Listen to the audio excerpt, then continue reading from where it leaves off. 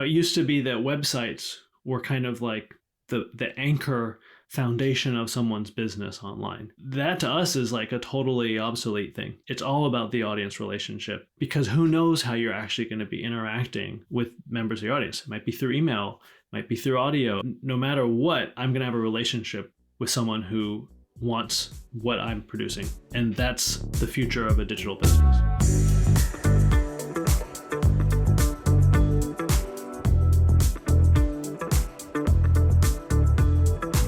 Hello and welcome to another edition of the Creator Business Show brought to you by Pico. Today, I'm talking to Jason and Nick, co-founders of Pico. We're going to talk about passion, profession, and geography, the central elements of publishing and reaching a community. We also are going to talk about how this notion of geography needs to be reimagined because so much of our activity is happening online. So many of our communities are communities of interest, whether it's a Discord server, whether it's the comment section of a YouTuber or somebody that we really like. So our geographic proximity is no longer based in the physical world, and that creates new opportunities for publishers. Gentlemen, welcome. Hey, Chikoti.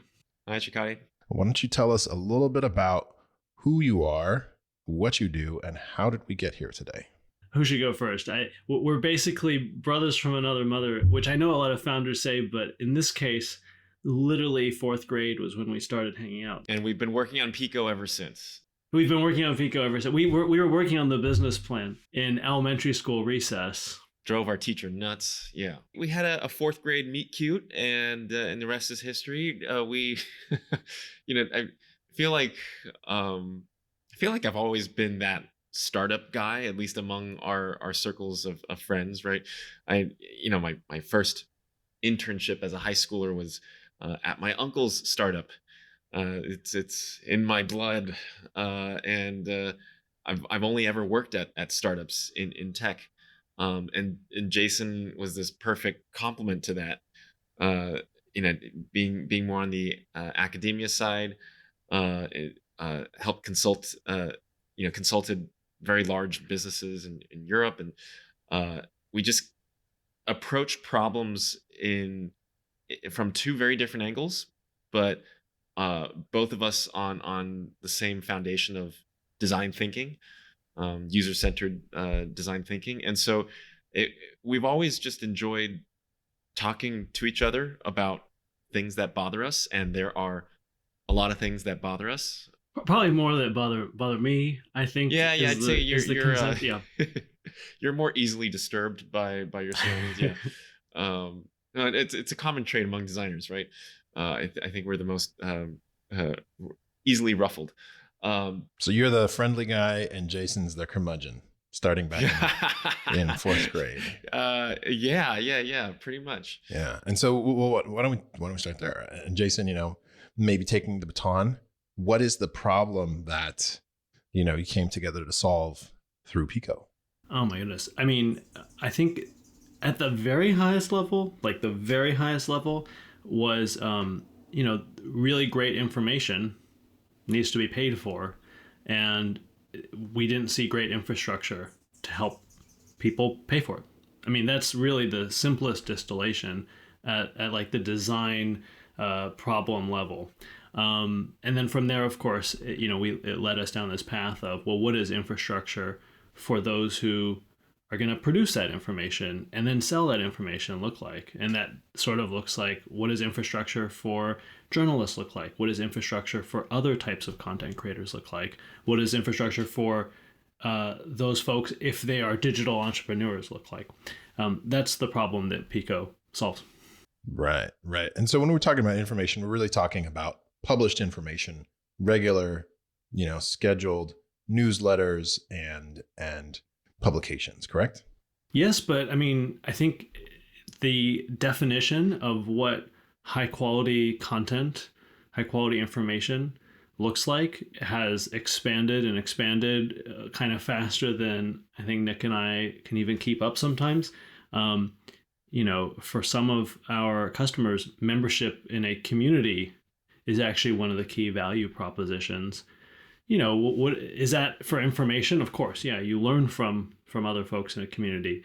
But you're also, it's a relationship. It's like the definition of what the transaction is, what the product is online for creators today has evolved so much in just a year, 3 years, 5 years, compared to what it was when we started the company and we're thinking literally just about sort of quality text information.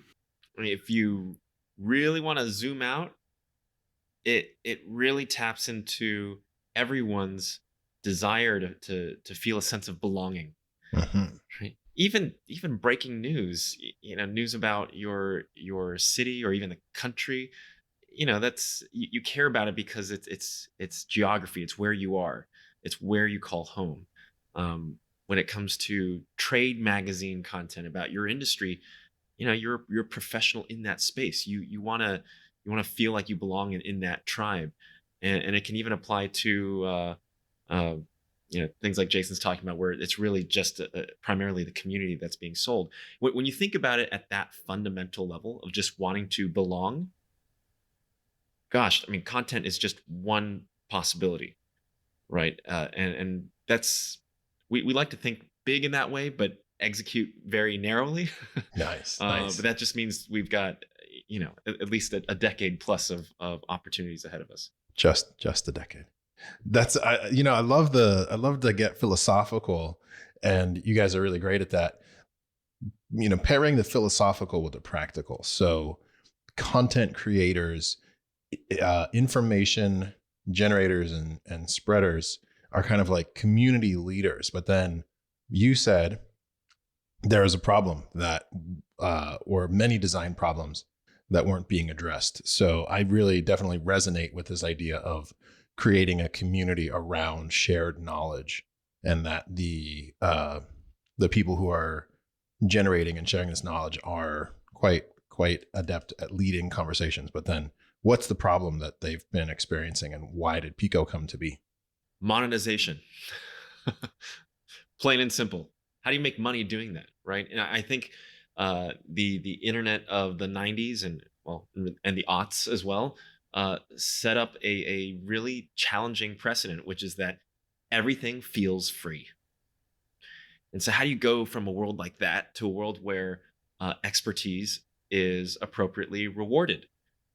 And the truth is, when Jason and I started talking about this problem space, we were kind of struck by how affordable this kind of content would actually be if someone just asked us to pay for it. And gosh, that sounds like a design problem, right? What if the experience of paying were just a whole lot easier?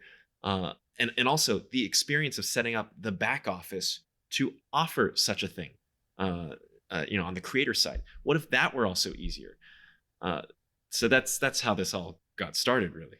And so monetization, people should get paid for sharing information, for having a passion, for informing folks.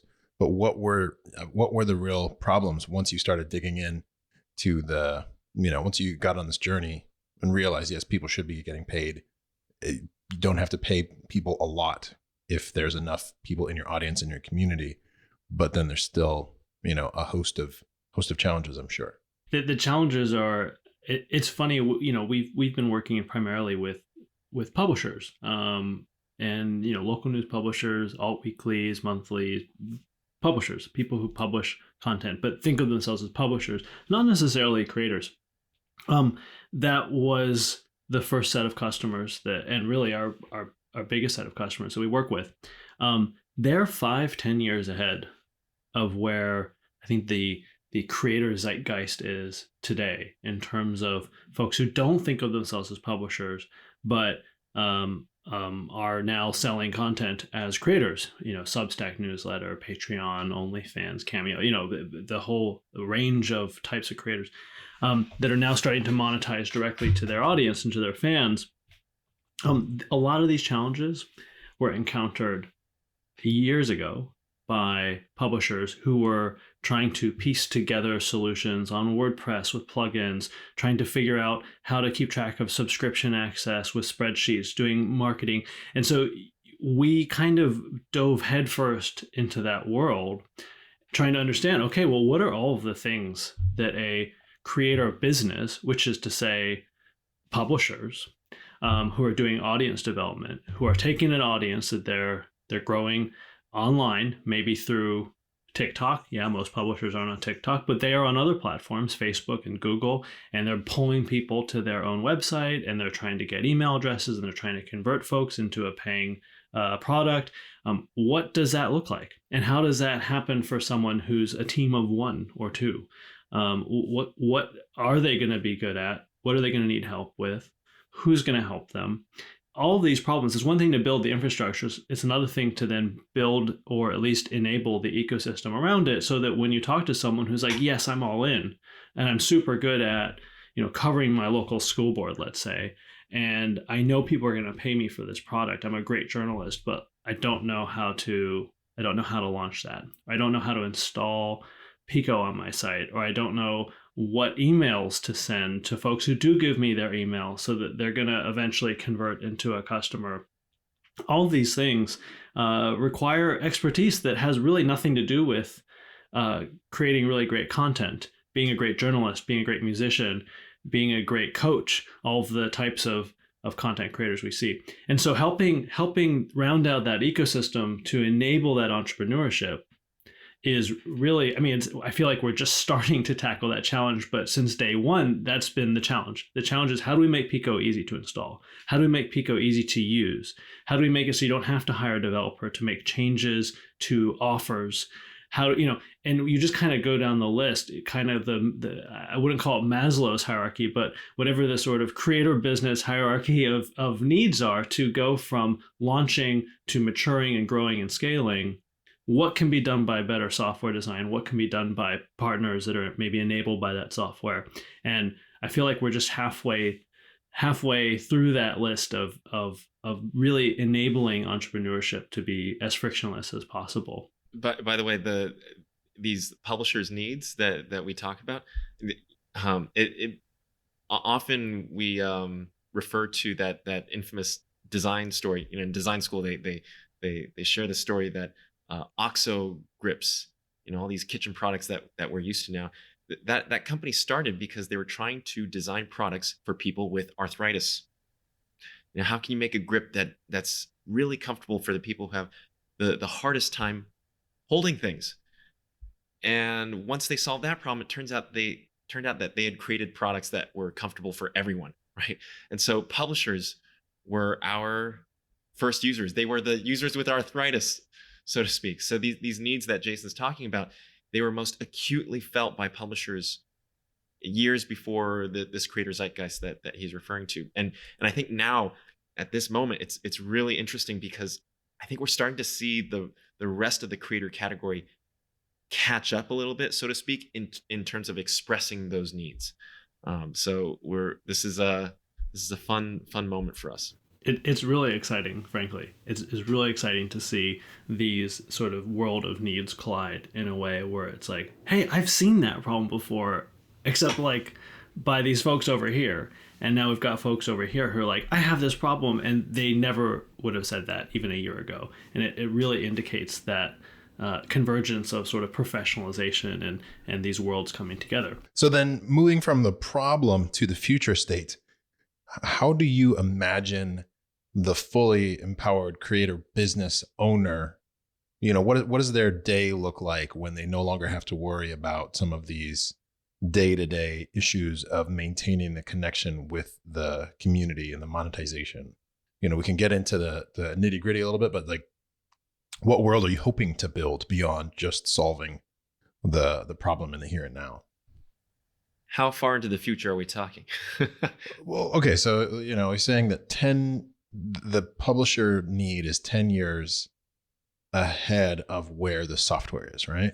So let's not go 10 years, but in 5 years, what has Pico made possible for publishers, creators of content, internet native publishers, if you will? Well, I think broadly speaking, the intention is for Pico to become the advisor, the trusted advisor to creators of all types, not just publishers, right? And when we talk about this character, the trusted advisor, we're talking about software that can provide insights, provide recommendations, uh, give you advice on your business model, on how to increase your revenue. Right? It goes way beyond just the utility of collecting email signups and processing payments, which we do quite well today. And that's kind of the foundation that, frankly, every company, every tech company in this space has to do well.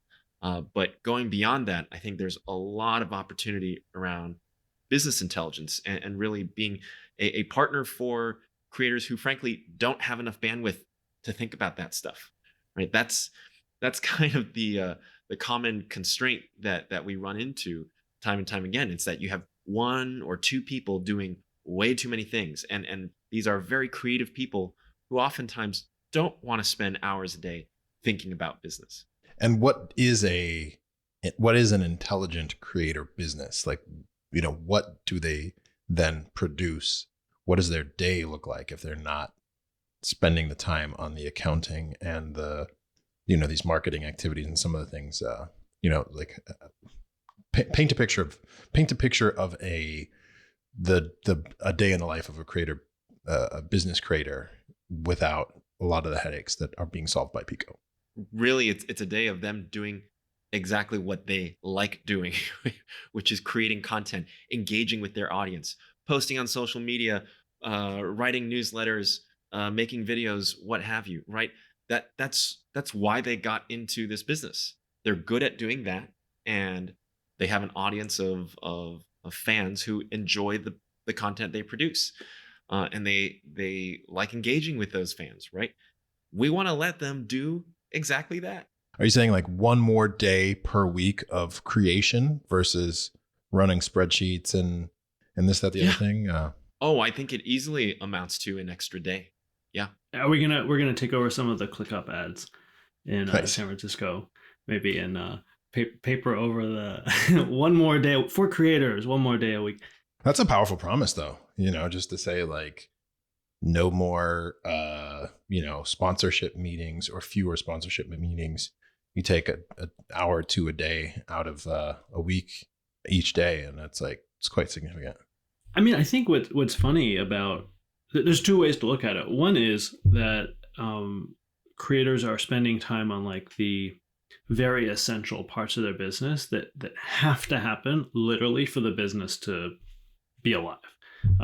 You have to host the content somewhere. You have to write it. You have got to publish it. You have to email it.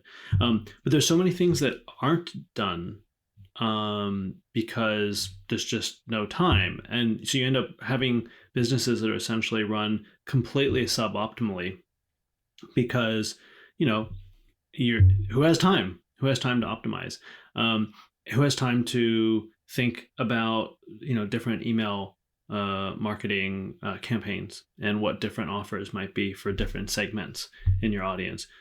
Who has time to do user interviews with your audience to understand if they're really getting value out of the products you have, and so on and so forth. And you think about some of these challenges that aren't.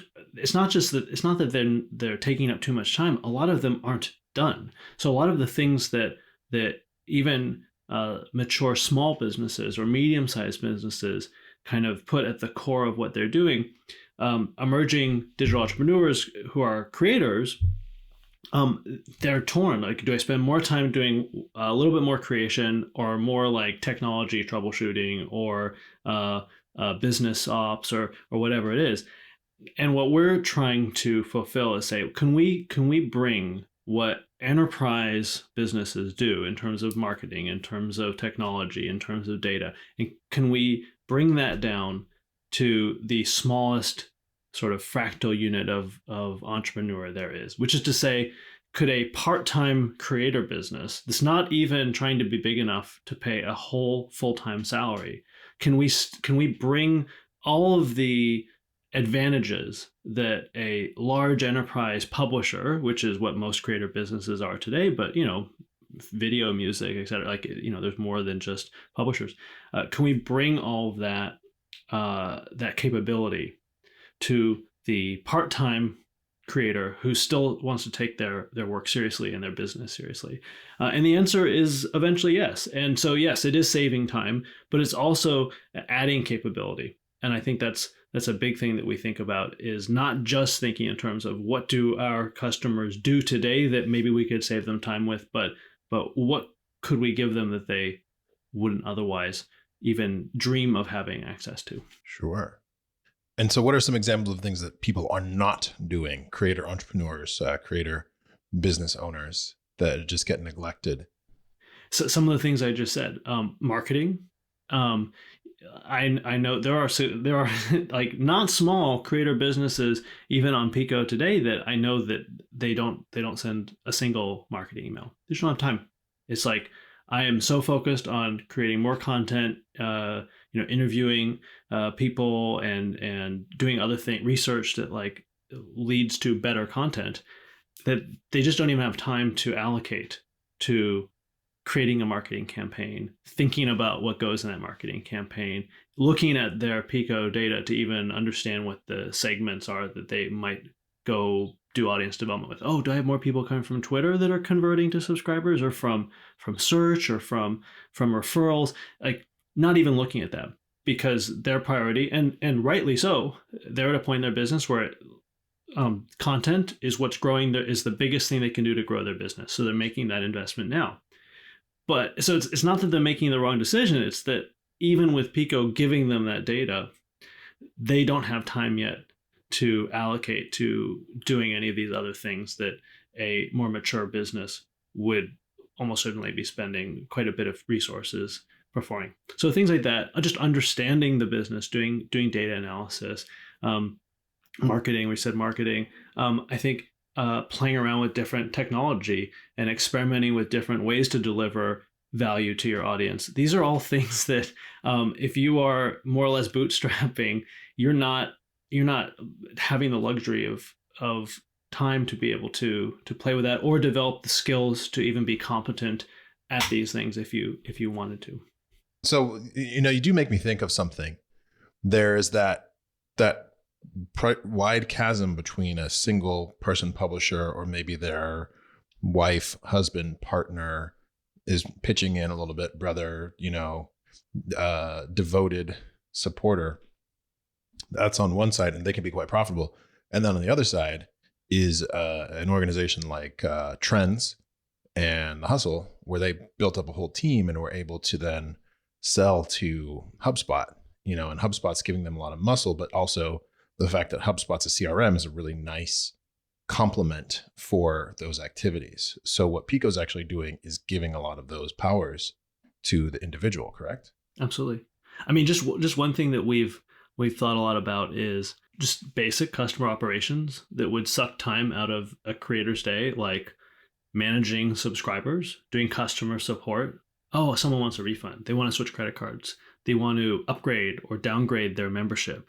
Their newsletters aren't syncing or whatever. So can you sync all these things that a lot of different tools or platforms that creators have used in the past, and some of the ones that are still quite popular today, really are not very friendly for end users or make it even possible to do things like that. So what you end up having is a creator goes into business, they start selling directly to their audience, and well, they're now a business. Like, they're an e-commerce business essentially, which means that there's now a sort of customer support expectation. Very few creators, I think about this when they start actually selling a product, which is to say a newsletter or whatever. Like, just because it's not being shipped in the mail does not mean that you are absolved of any customer support issues, just like any D2C business, which essentially most of our content creators are.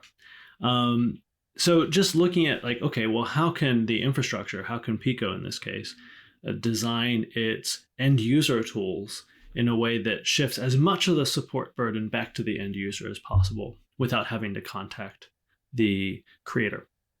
And then how do we make it as easy and quick as possible for the creator to do customer support when inevitably folks do, contact the creator for help?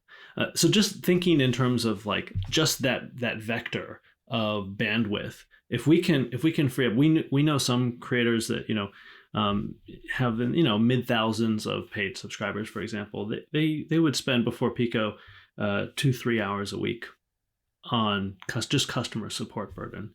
And now they spend considerably less time with Pico. Yeah. That's one thing that it's not even that sexy or fancy, but those 2 hours or 3 hours for a creator, that's huge. You can spend that in so many other ways that are going to create dividends for the business.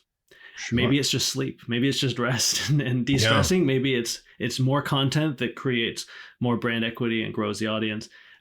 Anywhere in between. Well, that was actually what I was going to jump on, is the creator burnout is a real thing.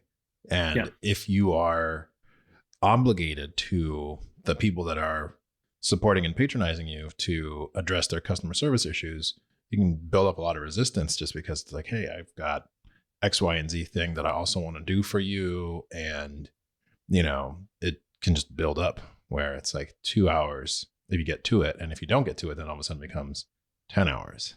Like you said, essential, maybe not the thing that people think about.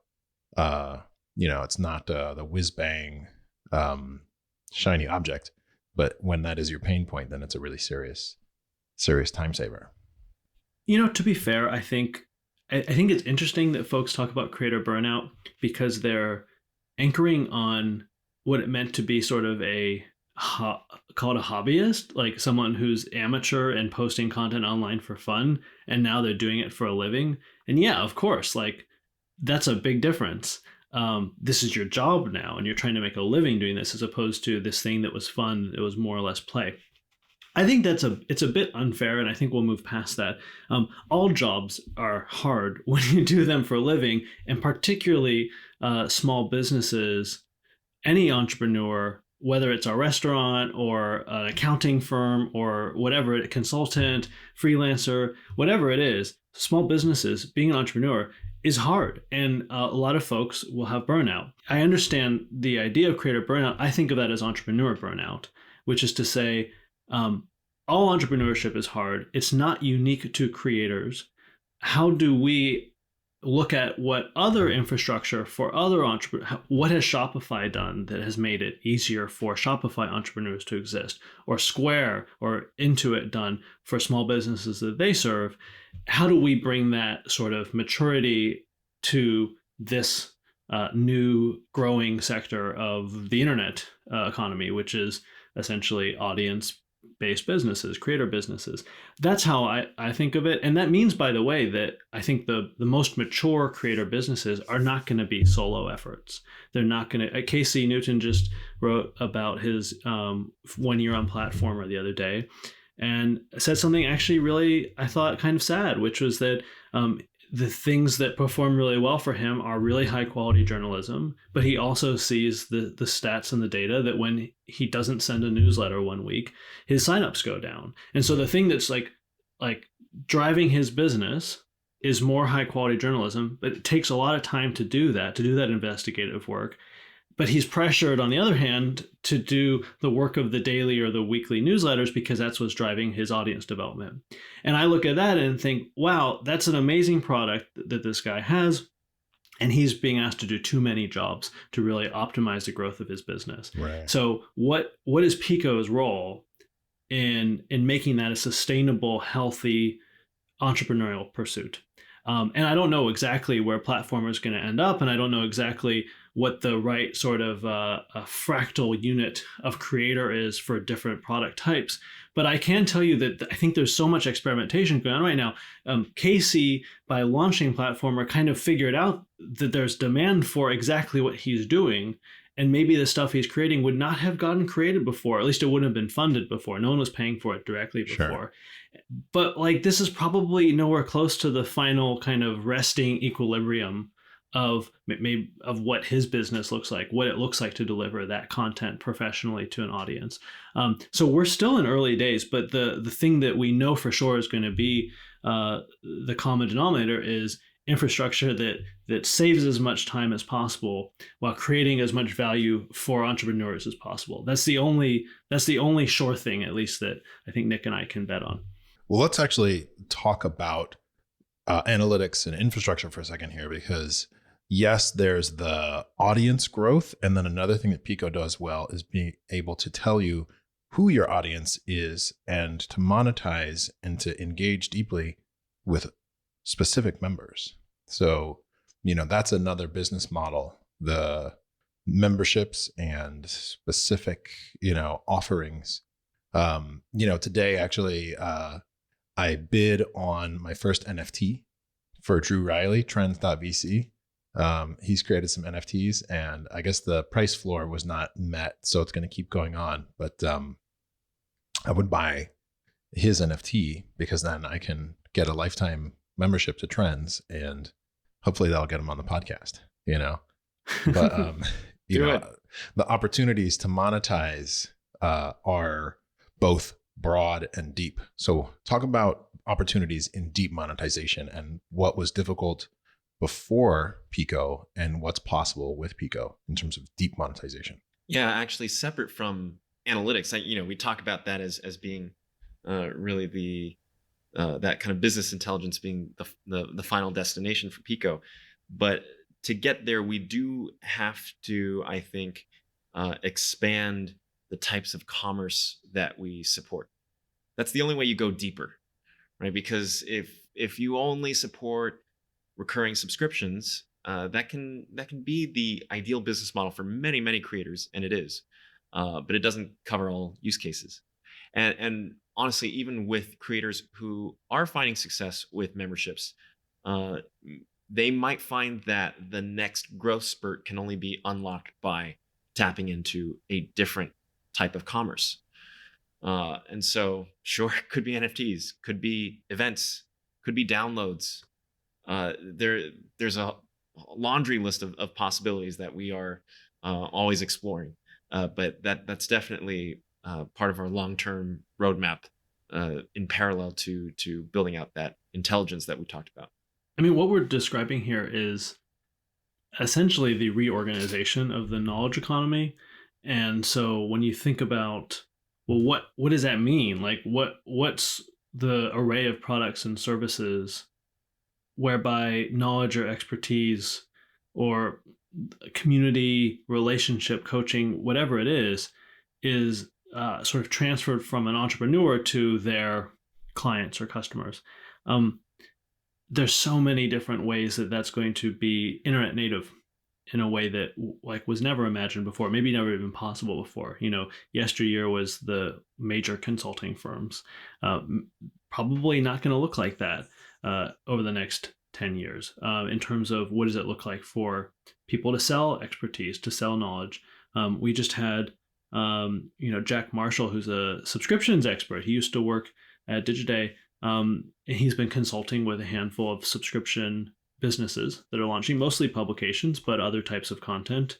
And he just launched his own consulting firm / subscription product powered by Pico, of course.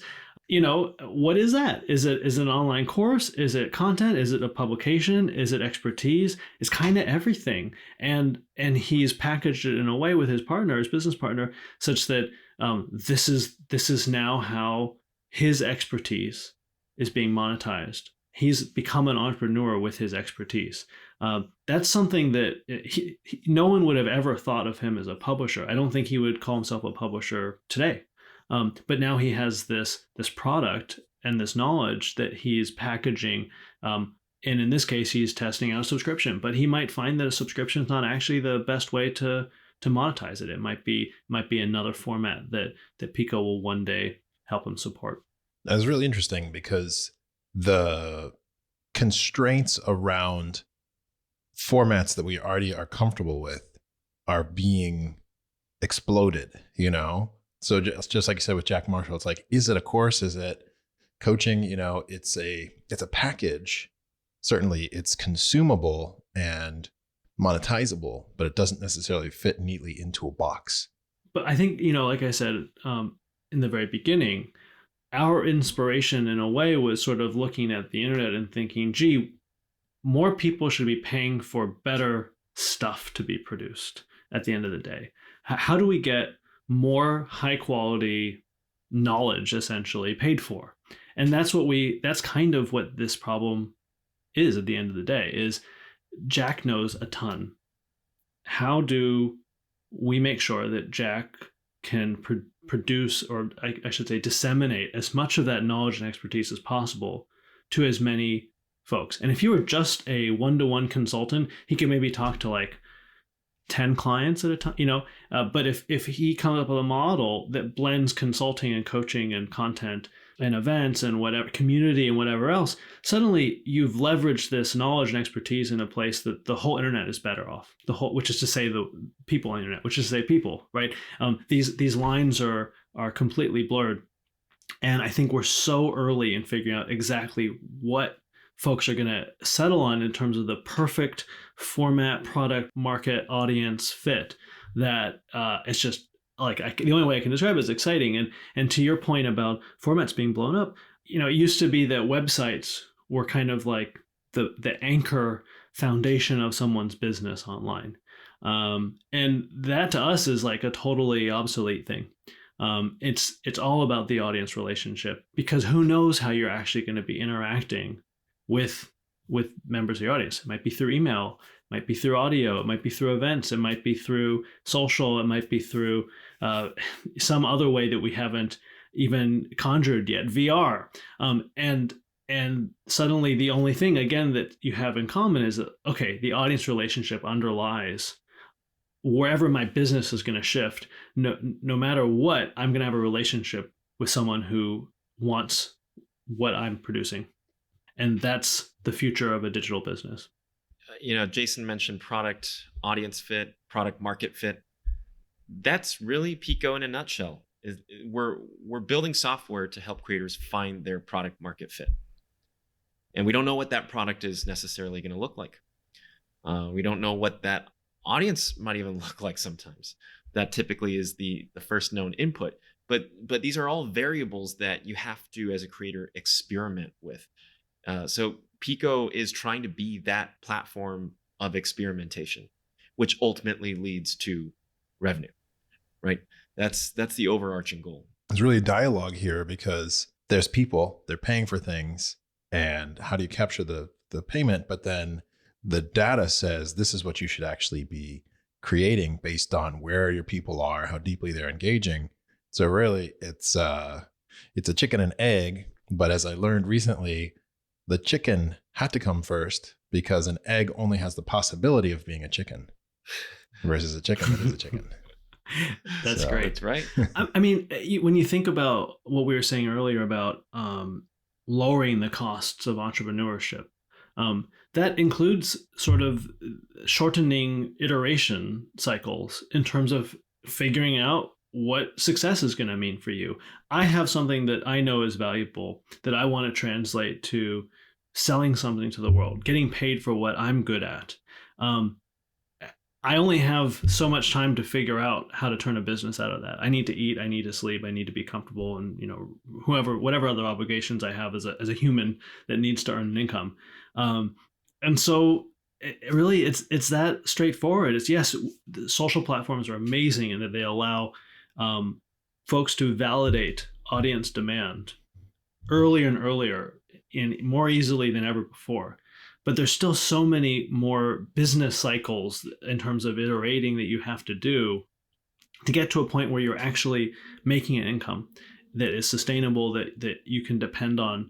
And that is another thing. That's another cost of entrepreneurship, that if we can work on that, if we can work on helping people experiment and find their way to that product market fit faster, because they can spin up 12 different offers and test them, or because they can integrate with 5 different types of formats to test their product market fit. That's also something that is, in our minds, completely invaluable. And where do you see this next wave of these creator entrepreneurs coming from? There's obviously legacy people from publishing, traditional publishing. You mentioned Casey Newton. So he was a journalist at Recode and The Verge, Vox Media, longtime tech journalist, built up a name. But then there's a lot of people for whom they're hobbyists, right? I think about this woman who I found I want to say she's from Vietnam, but she uses magnet balls that are colored and makes these incredible mini homes and puts her gerbils and goldfish and frogs inside. It's perfect for YouTube, but she could sell floor plans. A lot of things she could do to monetize more than just ads. Mind you, being in Vietnam, she's probably getting paid well from YouTube ads, but still, You're going to see more and more of that. You're going to see more and more hobbyists who maybe upload something to TikTok, YouTube as not really a joke, but an expression of their genuine interests, and it takes off. So I think you're going to find a lot of creators professionalizing what they do out of surprise almost, and that's like the best kind of story of entrepreneurship, right? Yeah. Where you really just struck gold. Those are so fun to hear about. But I think what's even what we really have to brace ourselves for, and perhaps why there's so much activity in our space right now, is Gen Z and the generations to follow. Because these stories of accidental entrepreneurship with these accidental creators, hobbyists turned creators, it's actually a very intentional thing for Gen Z. Mm-hmm. A lot of them now are growing up specifically wanting to be creators once they're adults. Oh my goodness. Are we prepared for that? Like, our college, our educational institutions prepared for that? Are we, shaping our economy around those desires? I'm not so sure. I mean, Pico's going to move as quickly as we can to keep up, but there is a generational shift happening on that front, and that's what we're keeping an eye on. Yeah, there's actually a story that ran in Bloomberg today about Fintoc influencers making more than bankers because they're reaching tens of thousands, sometimes hundreds of thousands of people, sharing information about personal finance and then getting sponsorship deals, and sometimes even having a full-time job working in finance, and then being so good at creating content that all of a sudden, I forget the woman's name. I think her last name was Tu. She'll have to, if she sees this someday, forgive me, but she has a full-time job in finance, and then she put up one TikTok video on January 1st, and it got to 17 million views, and now she's spending an additional 12 to 15 hours per week creating personal finance information for TikTok. So, and that's just the top of the funnel, right? So what could Pico do for someone like that who is really just getting started and is already having this explosive growth? That story that you just laid out will continue to play out across many different demographics, geographies, where people strike gold on social media, right? That's their first proof point that, oh, I'm onto something. Pico has never tried to insert ourselves at that point. We're not trying to compete with social media or even trying to precede that necessarily. We're here to support those creative people who want to go all in on this entrepreneurial journey, who want to now understand, oh, okay, this first video worked. What do I need to do to keep this going? Right? We want to be able to answer that question. For a TikTok creator specifically, I'm not sure we're prepared to answer that question today in 2021, but that's the intention, right? That's where our roadmap is pointing us toward. It's clearly happening. I mean, my personal obsession when it comes to content really is around farming, and how to live, like a homestead. Mind you, I'm in San Francisco, but this idea of a more sustainable life. And for any vertical you can think of, there are the influencers, there's the platforms. In fact, the person I follow most closely created his own app on Apple, so he could broadcast content that would be demonetized by YouTube, but publishing every day, writing forward for books.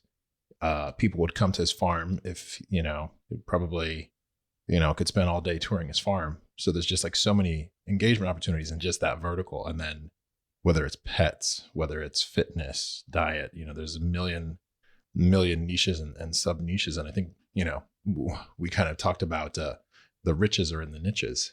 So yeah. And by the way, I hope that person is on Farm Talk. I I would bet they are. But years ago, Jason and I were trying to sum up the, like, in the broadest terms, the buckets of creator categories of creator types or content types that we could think of. And I think we landed on 3: geography, profession, passion. I imagine farming is somewhere between profession in that guy's case and passion in your case. Although we'll see. Let's see how this decade plays out for you. But I think those are the 3 buckets that most content, most creators can fall into.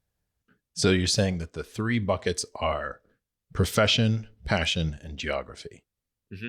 So if you were an aspiring creator, or I think we're all creative, but if you are ready to take the leap, the first things to analyze are your passion, profession, and geography, and connect with people in those ways. Yeah. And, I think a lot of this is anecdotal, by the way. I don't have data to back this up, but I get the feeling that younger creators have done a remarkable job on the first 2, profession and passion. It's just natural for them. What we'd love to see is really the next generation of journalists. What does local journalism look like in this creator economy? And, as we set up top of this conversation, our very first users were journalists. Many of our customers are still journalists' newsrooms, and they serve an older demographic, probably not to anyone's surprise, right? But human beings will always need to know what's going on around them in their community. And I mean, there's nothing more validating than the success of, say, Citizen.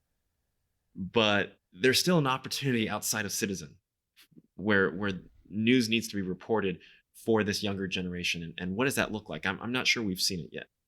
Yeah. Something that you made me think of too is that geography is probably the most flexible concept now, with, ideas of a metaverse coming online, where your geography could be literally a Discord channel. If there's enough people in Discord, what's happening in this Discord, and just documenting it. It could be in Roblox or in Minecraft, or, Clubhouse, or, what geography means is completely up for debate now. I honestly hadn't even thought about that. It's not a physical neighborhood. It's a server. your local server news. Yeah. Yeah. But to the people in that community, that is their, the relationships that they get, their passion, the creativity, and the profession really exists within. That's why Patreon is so popular for some people, is that they're supporting that creator specifically. So the geography is the orbit around a creator, and it's not limited to Duluth or Pittsburgh or San Diego or Seattle. It's really, totally very flexible. This nature of, like, what are all the dimensions of community? And we continue to add dimensions. It used to be just geography, and media has been the story of creating, shrinking distance, creating new types of communities that one can be a part of. And your alma mater is a community, your family is a community, the school your kids go to is a community. There's so many different communities, professions, passions, etc., that, and other interests, that they all are essentially niches of audiences. I think, we saw that when COVID started and all of these beloved neighborhood institutions shut down, we both saw this immediate emergence of sort of this reminder of, oh my gosh, I'm actually part of a geographic community. I am part of a neighborhood. A lot of millennials have forgotten that. And on the other hand, you saw specific communities emerge around the institutions that were struggling, bars and restaurants and music venues and theaters. It's like, I'm actually part of that like venue, like that venue or that restaurant is a community because I'm a customer there. And you mentioned Yeah, Packy McCormick was going to start the Not Boring Social Club, and then it became his newsletter, which is now, on track to do $1 million.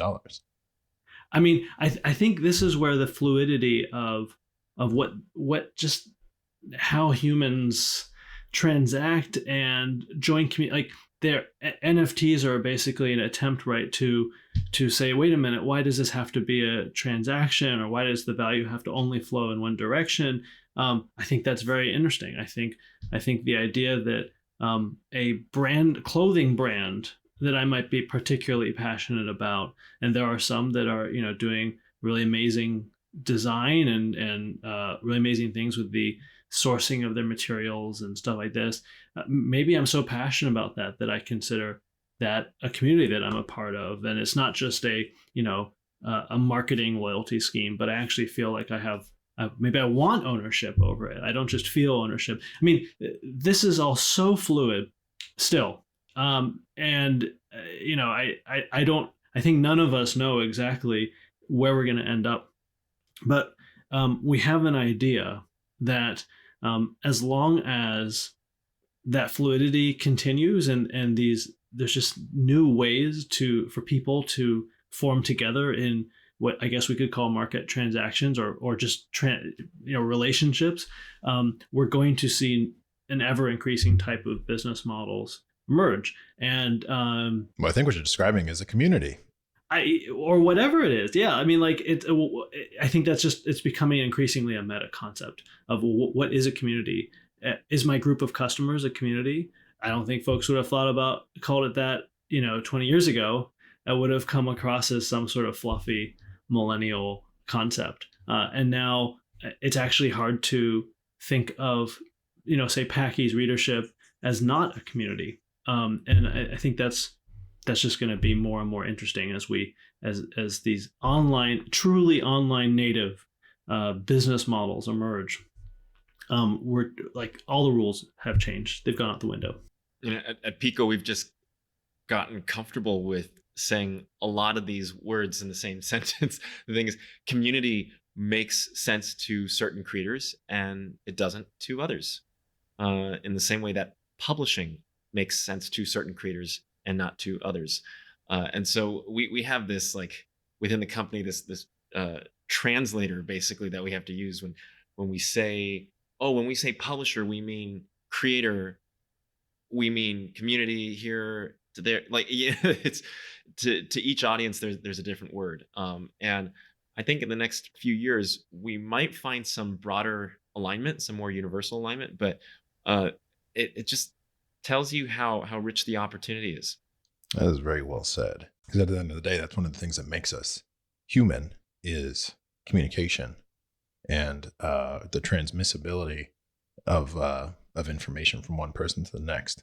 So all the rest of the rules are up for debate. Yep. We'll try not to set the rules. Yeah. just trying to set a container. Yeah, exactly. We're building the container. Yeah. Well, fantastic. I think that's a really great place for us to let off. Gentlemen, again, thank you so much. This was really cool. And, we're kind of creating some new knowledge on the fly here, which is always exciting. It's always fun to have the space to really, the unconstrained space, except for, the constraints of our interview. But it's always fun to kind of imagine out loud what it is that we are building and what is possible, which is to say pretty much anything. So our poor product team, what are we building next? It could be anything. They take to that well. So. As designers, I'm sure. Yeah. Okay. Well, you want to tease anything that's coming out? Depends when this episode is being published. What about 2022? What does 2022 look like? Well, I mean, hey, we can even share what we think things will look like by the end of this year, which is Pico will be increasingly accessible to the smallest creators out there, those who are just getting off the ground, just starting to think about what professionalizing their passion, their interest might look like. Because what we've built over the last few years is an incredibly capable suite of tools for what are often teams of creators. And now we're really thinking through, okay, how do we distill that power into a product for solo creators who are just getting started? So you'll see more from us on that front. Well, Nick, Jason, it was a real pleasure. I am really thankful to have spent this great afternoon talking to the co-founders of Pico, talking about passion, profession, geography, and bringing all those together in order to reach people and redefine what it means to even have a community and a geography in the physical and virtual world. So I enjoyed our conversation, and I wish you guys a great afternoon. Same to you. Thanks. Thanks very much.